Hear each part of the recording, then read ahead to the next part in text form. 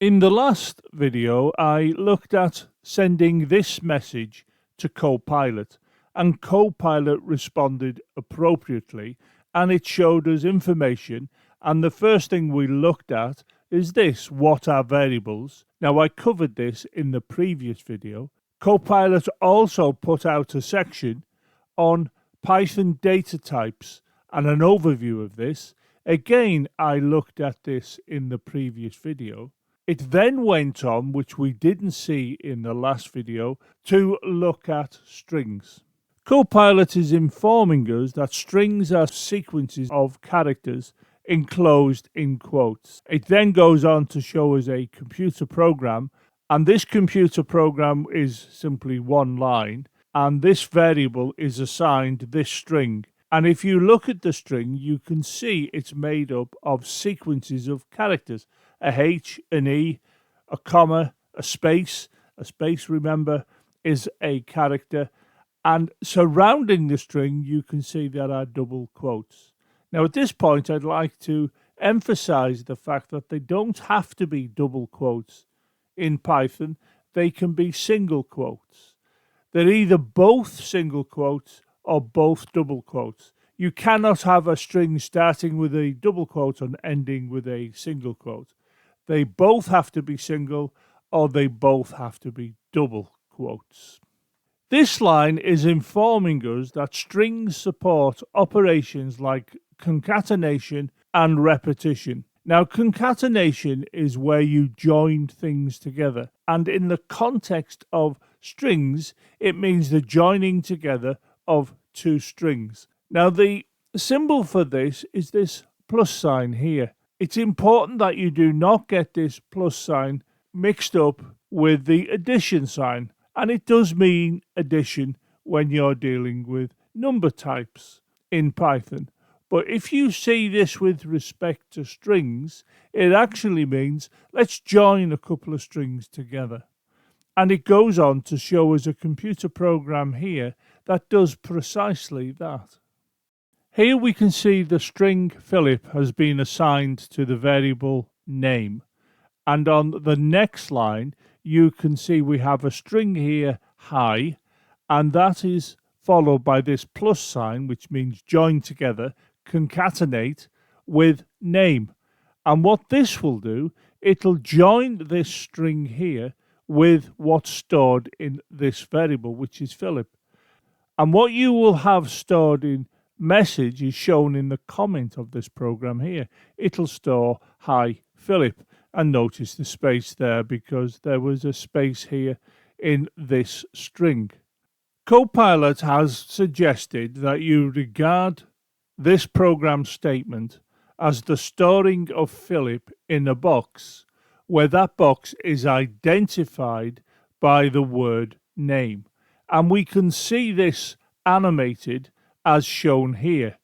We will have a box, and into this box is placed the string Philip. Then we will label the box with name, because name is this variable name here. And we have to appreciate that in fact this box will be storing a data type of string. And the reason it's doing that is we can see that Philip is indeed a string because it is in quotes. Now, this is the recommendation made by Copilot as to how you view variables in the Python programming language. And I think this is good enough when you first start out as a computer programmer, and when you're learning any language for that matter, this is a good model to take forward with you. However, it's not the most accurate of models. Another way of thinking about a variable, it's a storage area with an identification, and the identification in this case is the word name.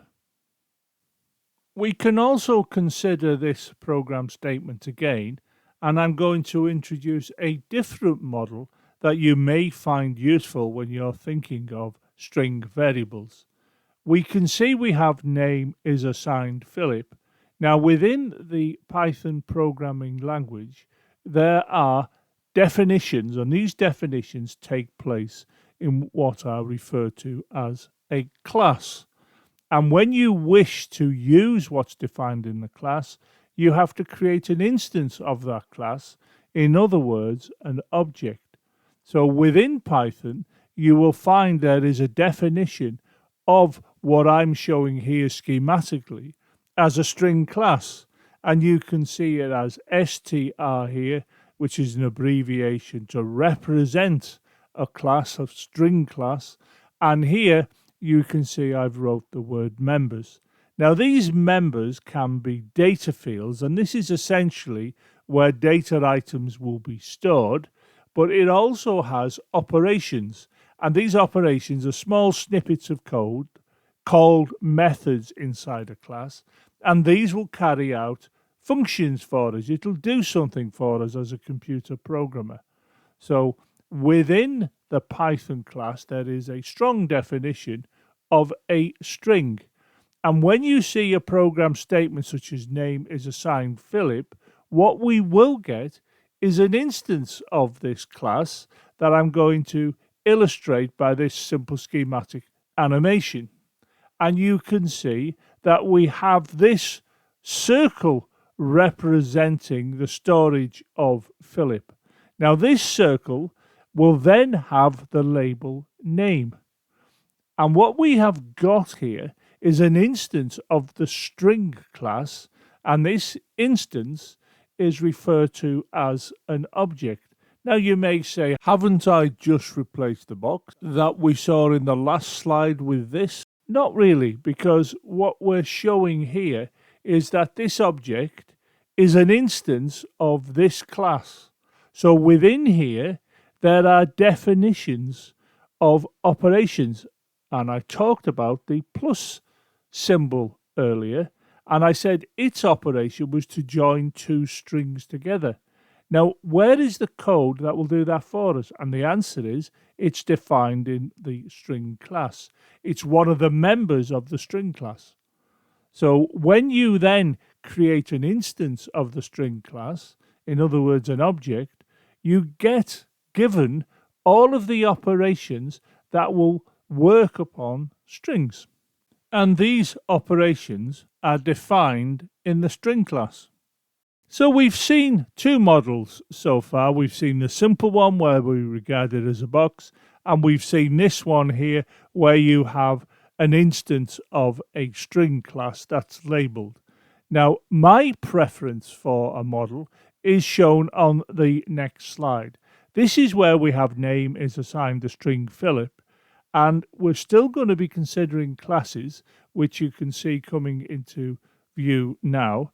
And this is an example of the string class, and we will have an object created, in other words, an instance of the string class, in other words, an object, and this object is a string object, and we can see it contains the value of Philip. Where I differ with my model, I don't label this object in my mind's eye. What I prefer to see is this. The identifier used in the program statement, which is name, I regard that as having access to an area of memory into which there's stored a reference, which I represent as this arrow. And the reference is telling you where the object that's been created is stored in the computer's memory. So we know where we are in terms of the position of the objects in the memory. Now, it's going to be somewhere, but we don't really need to know where it is in the memory. We're not writing machine code programs here. But this is the model I have. So when I see name, I regard this as an area of memory that holds a reference that points to where the string object that holds the value of Philip is within the computer memory. And this model more accurately reflects what's under the bonnet of the Python programming language. Of course, what I would recommend is that you understood all of the three models that I've shown you, but if you are a beginner, you can just go with the idea of the box. I think looking at these other models that I've introduced into this video will become more important when you move on to look at some of the more advanced features of the Python programming language.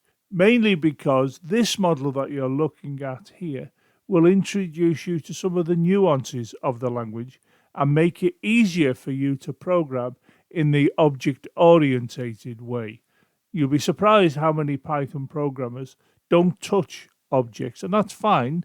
Python can support object orientated language programming as well as what's termed procedural programming.